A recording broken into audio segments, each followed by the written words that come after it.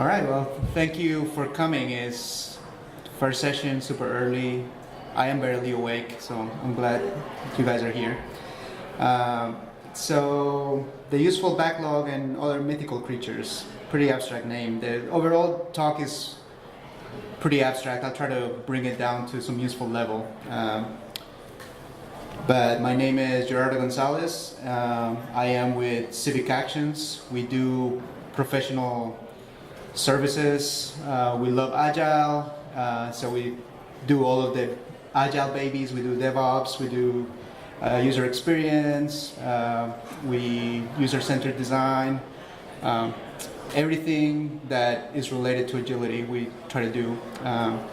We're also associated with the AGL, Agile Leadership, Government Leadership. So this is a community that is trying to bring all of the people in government that are interested in practicing Agile, and so there is a lot of resources, and they meet, they have some free webinars, so if you're interested in Agile in government, that's a good place to go and visit. And we're also associated with DCAN, which is the open data platform that is built on top of Drupal. So if you're interested in open data, come talk to us also. My handle on all social medias is Mythical, so GitHub, Drupal.org, Twitter. If you have any comments or questions, please reach out. All right, so let me talk a little bit about myself, even though I just finished talking about myself.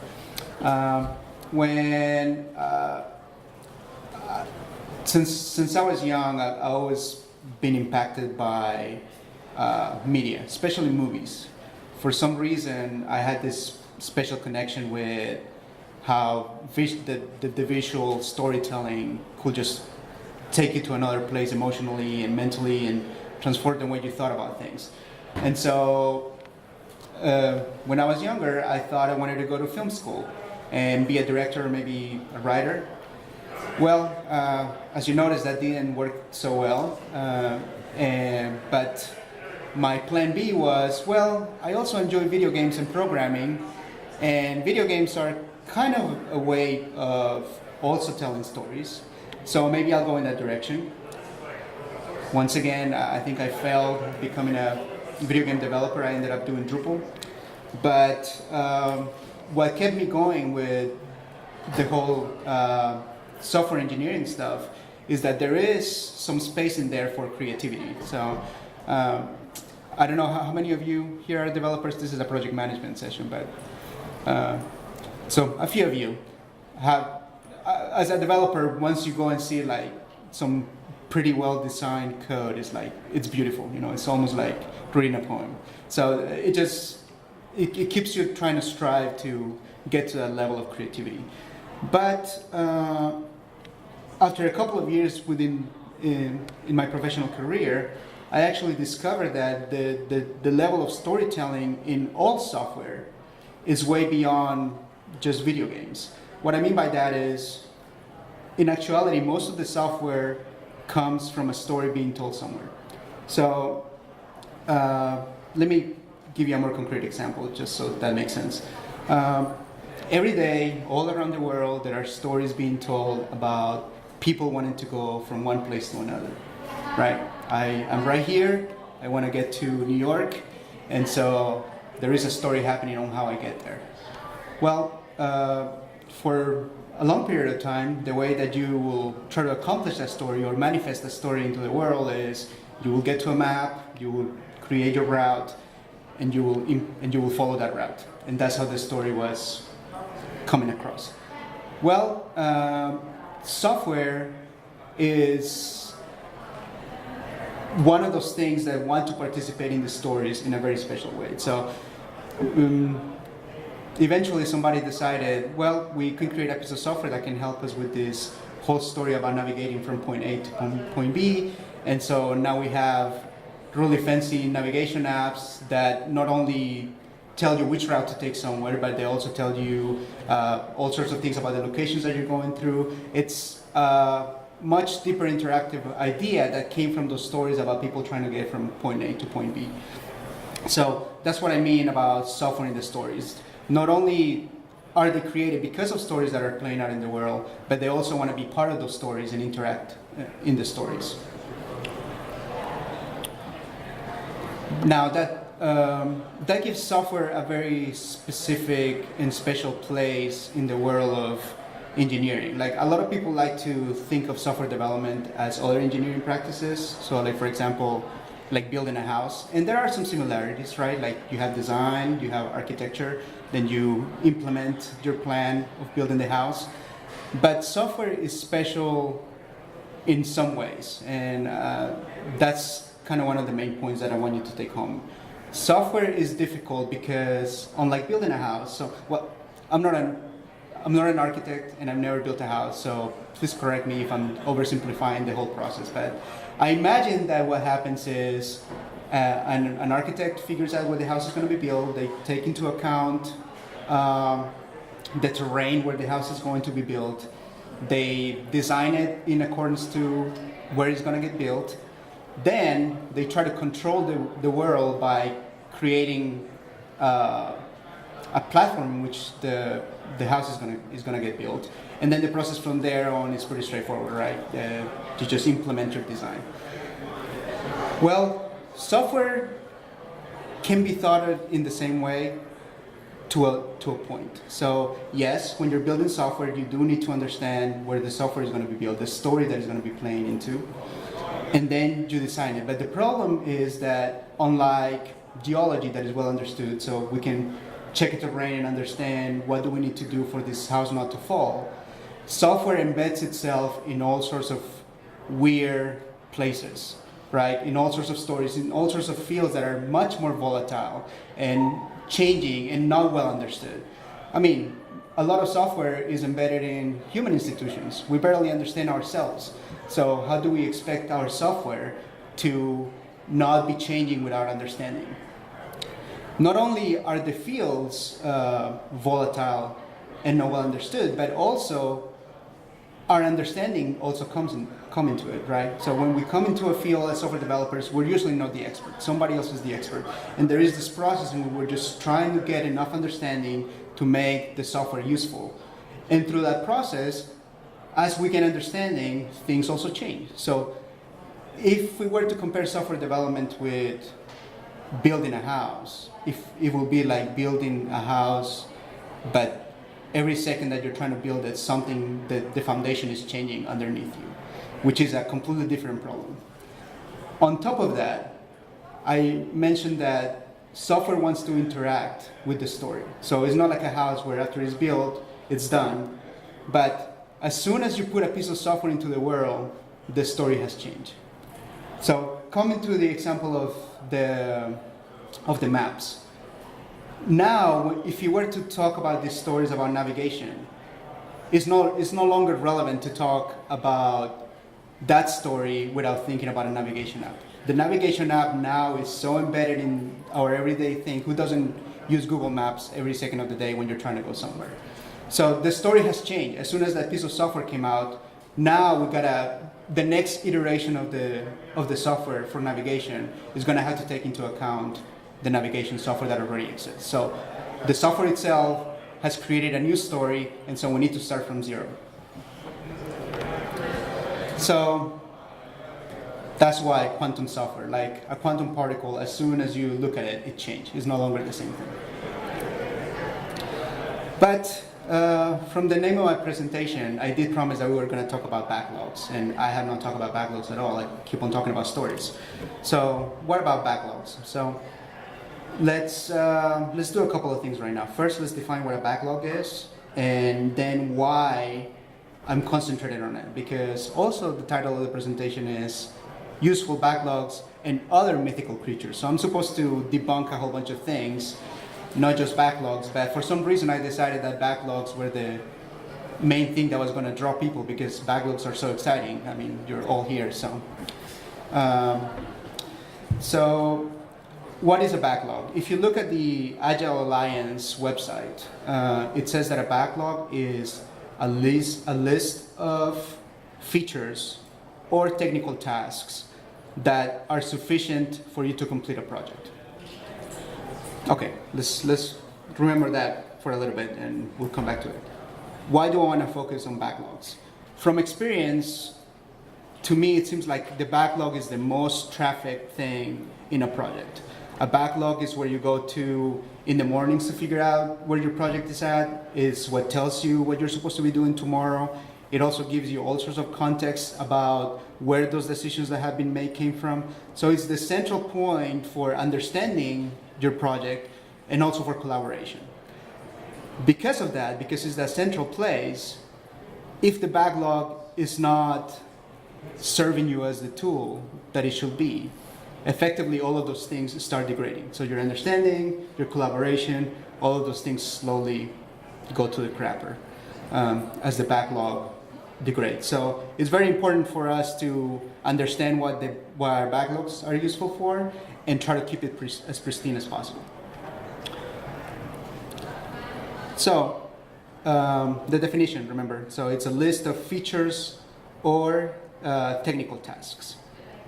Hopefully, if I convince you about the value of stories themselves, about the value of that context that is around the software, it is immediately obvious that a list of features is not good enough, right? Features are good for describing software in general, but they're not good of telling you the context in which that software lives.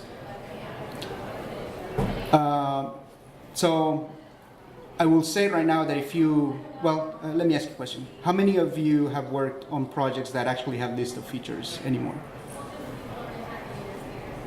No, it's still quite a bit. How many of you, it's 100% user stories in your backlogs? Well, that's actually surprising. I figured that almost everybody will be using user stories at this point.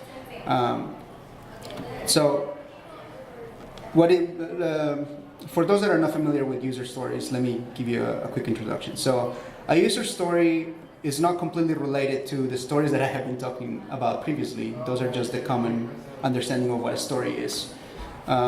User stories are a more structured thing. They do capture the essence though, because what I wanted to get across by talking for so long about stories is that we need to have more context when we're working on any specific piece of software.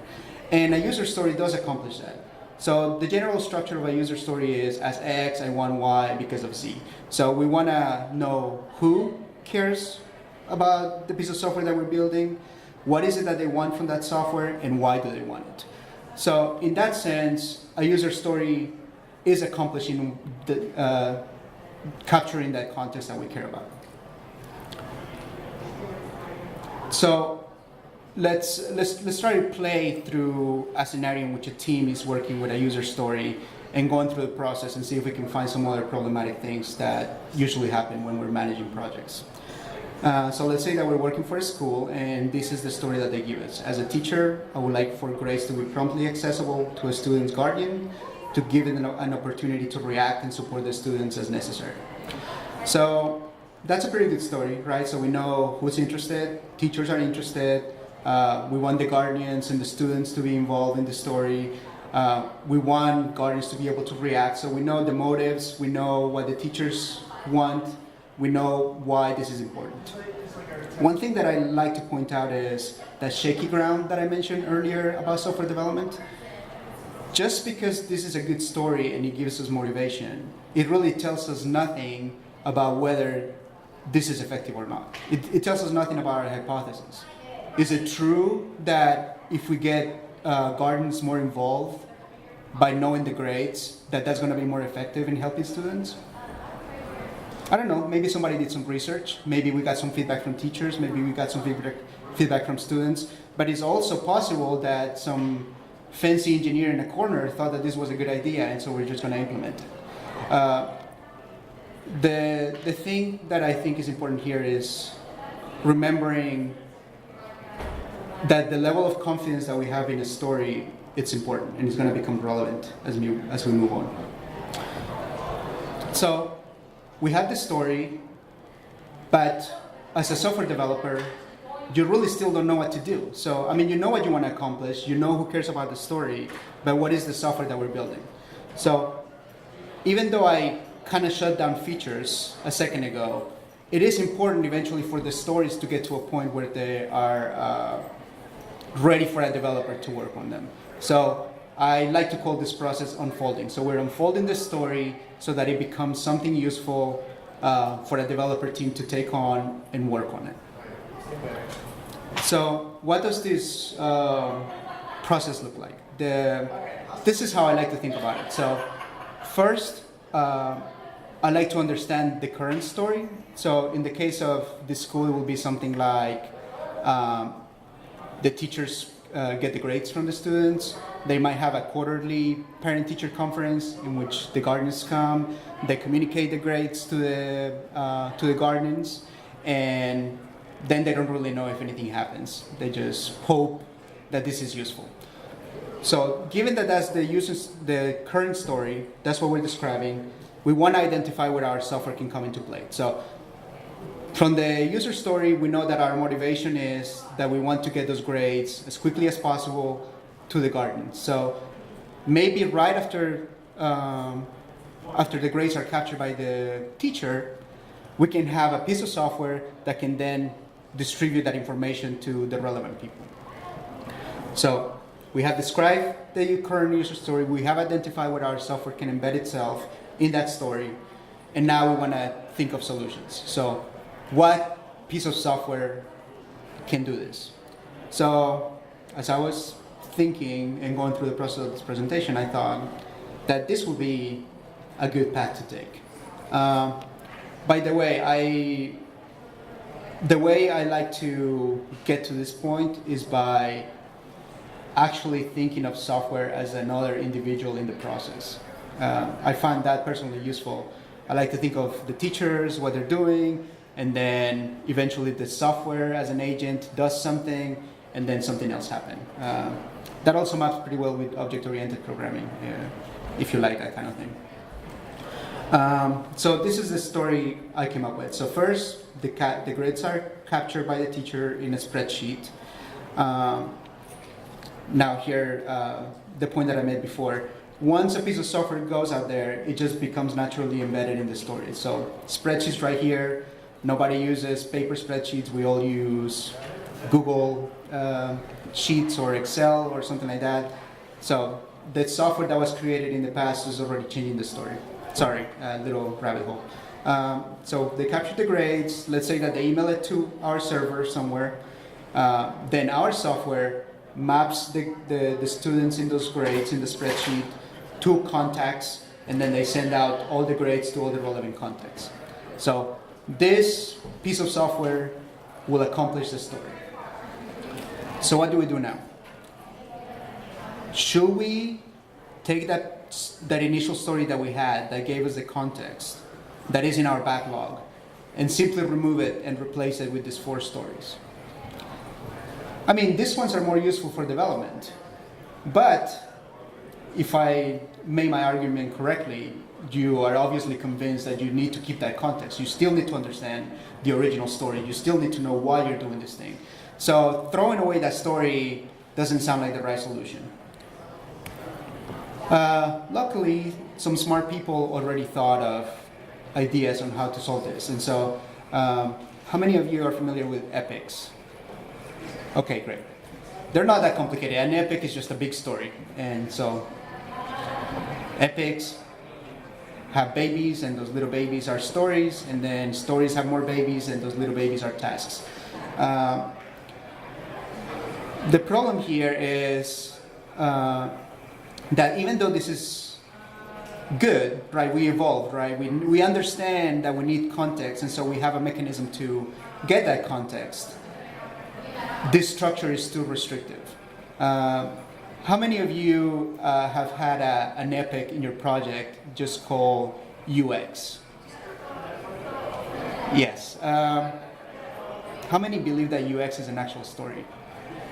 The point I'm trying to make is that the tools try to implement these things. For example, if you were to work with Jira and epics, you have these 3 levels. But as soon as that model breaks, so as soon as one of your stories wants to have babies, wants to have more baby stories, you're done, because only epics are allowed to have story babies.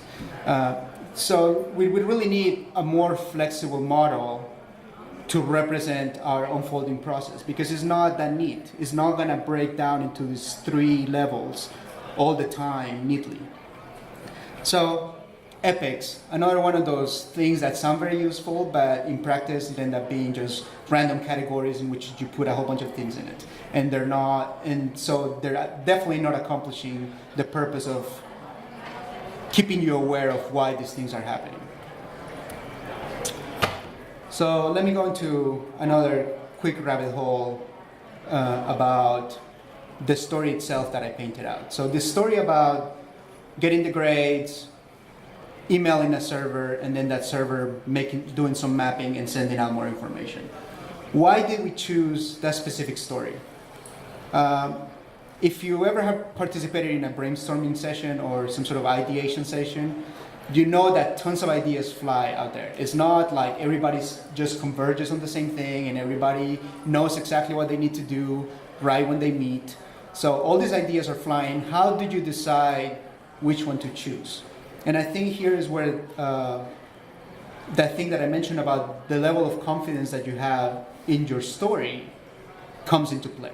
So if you're very confident in your story, meaning that there's been a lot of research, you're pretty confident that if you implement this specific piece of software, your problem is going to be solved, then you can be, more lenient with the amount of time and how robust you want to make your solution, right? You can spend a little bit more time, you can make it greater.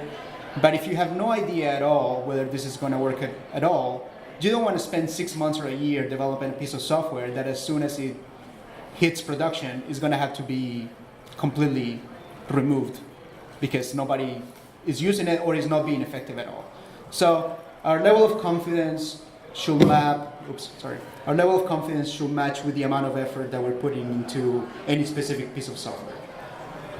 Now, I always lean towards minimalism. I always lean towards, even if I feel confident, I choose the simplest solution.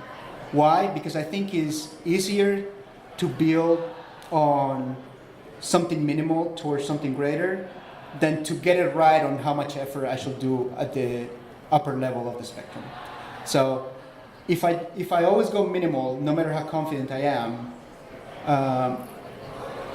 I can still build upon it. But if I spend 6 months and then it's useless, I can never get that time back. So yes, confidence is important. It's important to understand how much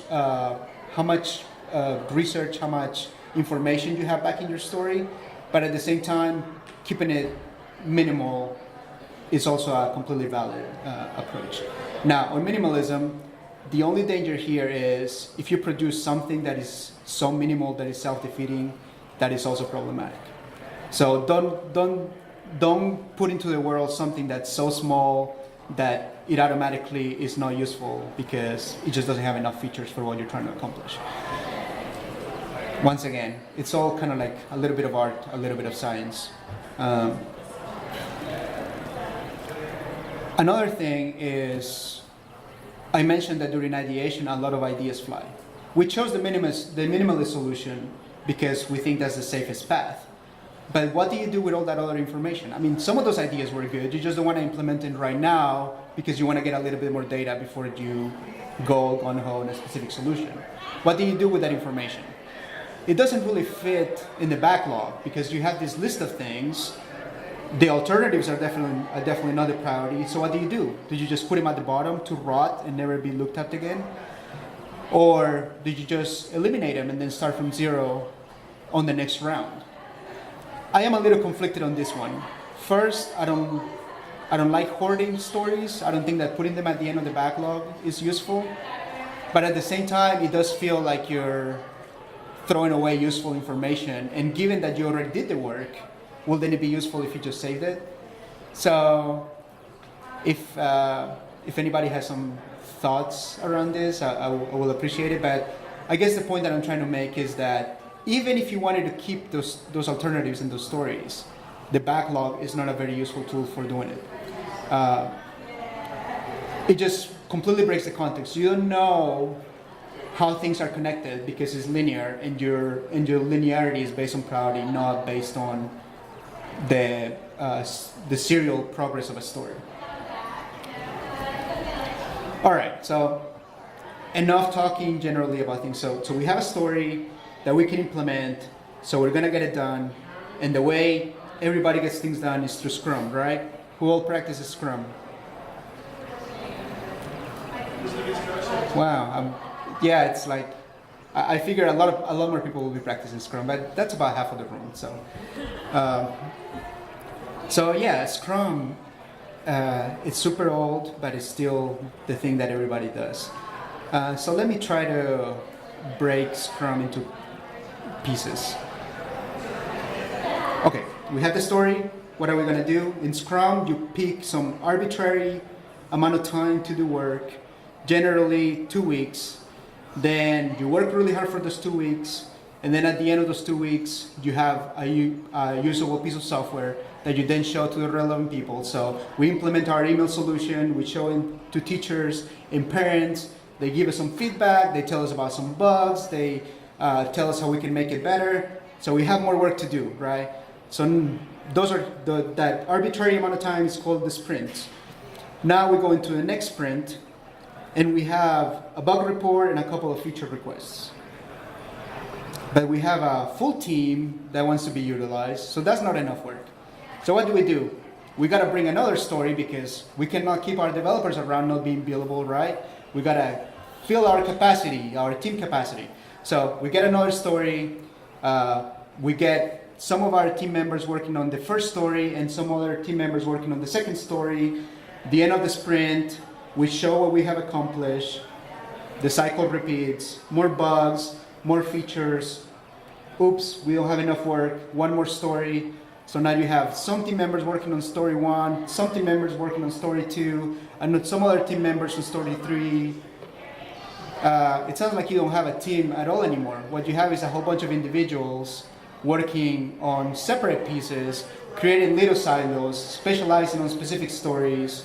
No longer do you have a connection to what you're trying to accomplish. You're just trying to get the new features in, trying to get the bugs solved.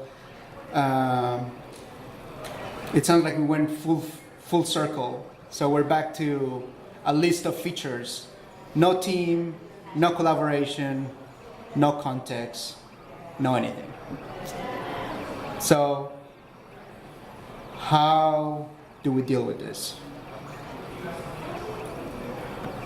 Well, the reality is that I personally do not have any solutions. Otherwise, I'll probably be a rich man.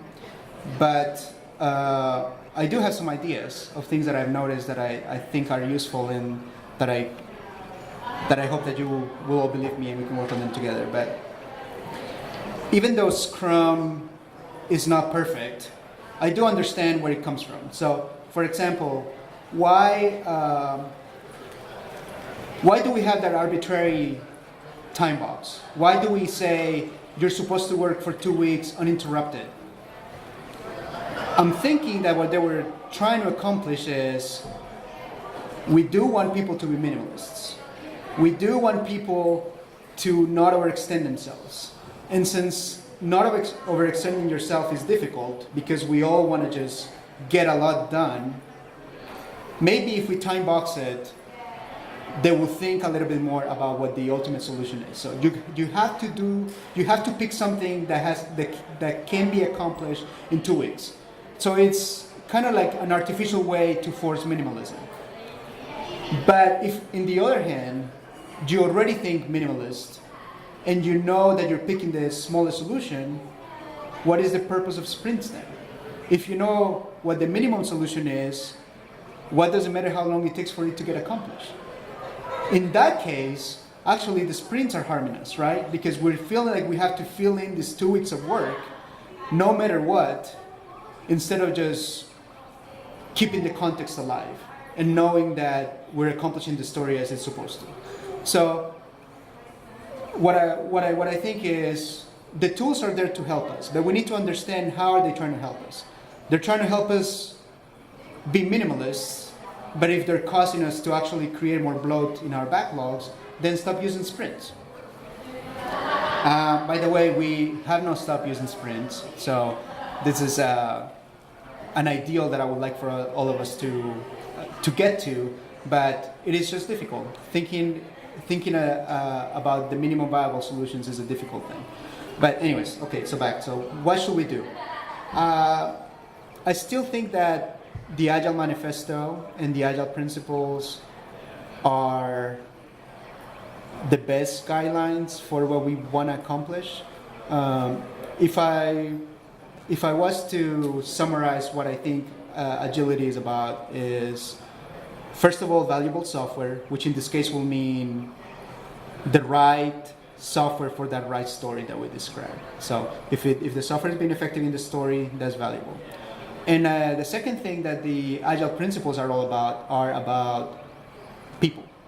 So they talk a lot about self-organization. They talk a lot about motivated teams. So the Agile Manifesto cares about human psychology and how to keep people being able to produce that valuable software that we already know how to get. And I think that is all you need, right? So as long as we keep those principles alive, I almost would love for people to be so deep into drinking the Agile Kool-Aid that you no longer have to think about it, but it's just like a gut feeling. Whenever you're becoming less agile, your stomach just lets you know that you're going in the wrong direction, and then you can start using your brain and figure out why. So I have drunk the Kool-Aid. You know, I am a member of the Agile Church, and I would love for all of you to join me because I do think it's important. All right, second, better tools. I believe that most of the problems that we run into are more about not sticking to the principles and lack of discipline. But I do think that the tools that we have right now could use some improvement. So we understand why the context is important, but we understand also that having a list of things that you can just work on, it's important. So we know that both of these views of the world are useful and compatible, yet we don't have tools that allow you to have both of those views at any given point in time. Because they're useful in different contexts, right? Like when you're getting work done, you want a list. When you want to understand the next iteration of your software, you need to have this map that is more complex and it gives you more context. But I have not seen any good tool that allows you to do that. Jira tries. They have obviously the backlog, and they have some user story mapping tools, which is a way to create these more contextual maps. But they don't stay in sync. It's just not very useful. There are some other tools that put story mapping first, but those don't give you useful backlogs. So it's like you have to compromise always. It's either one or the other. And if you choose to use two tools, which we have tried in the past, because the backlog is such a central place, all of the other tools get forgotten, and slowly they start degrading into nothing useful. So I do think there is an opportunity for better tools to be developed. So go get them done and let me know when you finish. The last thing that I want to point out is transparency. I understand that we all want to be seen as the Agile experts, as the ones that know it all. But the truth is that if you were to disclose all of those places in which you're failing, that would be more agile than appearing as if you know all the things. I mean, Agile is about changing. I mean, we already saw it through here. I point out that features are not useful enough. Somebody came up with epics and users. I pointed out that the list of things is not useful enough. Somebody came up with user story maps. So people are evolving. There is no shame in us pointing out the things where we're failing so that we can continue to evolve.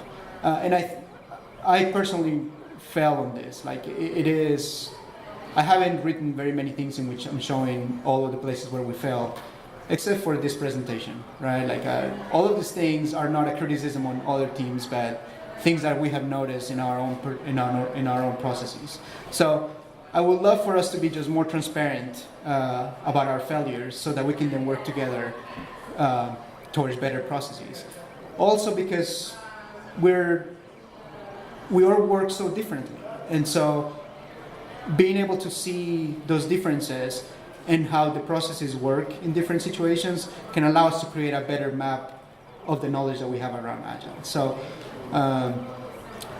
So maybe this presentation, because I outed myself, this might be the right opportunity for me to maybe create a few blog posts in which I point to some of our failures and share them with the world. But I would love for all of you to do the same so that we can work together on these things. That is all I have. Thank you for being almost awake. If you have any questions or any comments, I think we have a little bit of time. I'm not sure how long we're supposed to go, like 9:45 or 9:50. So it's 9:40 right now, so maybe we have 5 or 10 minutes for questions, if anybody has any questions. If any of this rubbed you the wrong way, please let me know. I was trying, so hopefully I didn't fail. So if you could come up with your perfect Agile tool to combine everything that we have to deal with from Jira and GitHub and Waffle has everything organized and just pull it, and even like people sort of stuff on Trello, like if you could come up with a one-stop shop to pull everything in, what would it look like in your ideal? So just for the recording, the question is, if I could come up with an ideal tool, what will it look like? So I do think that, are all of you familiar with user story mapping? Some of you? So the general idea is, I guess Agile people love 3 levels. So it gives you 3 levels of abstraction. So you can have your epics, then you can have your stories, and you can have your tasks, but they're all shown in a single view. I think that's more useful than a regular backlog, because in one snapshot you can see all of the high-level ideas, the more specific, and then all of the details.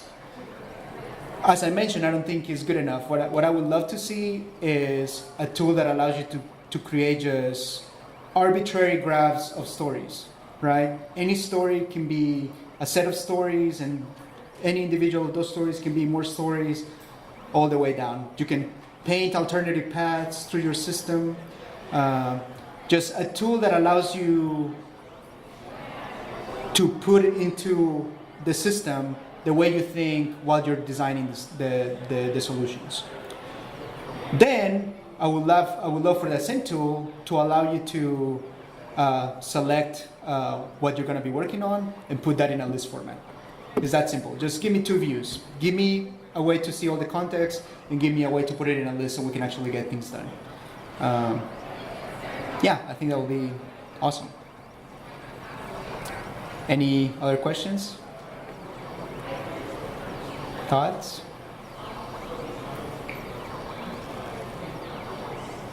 Great.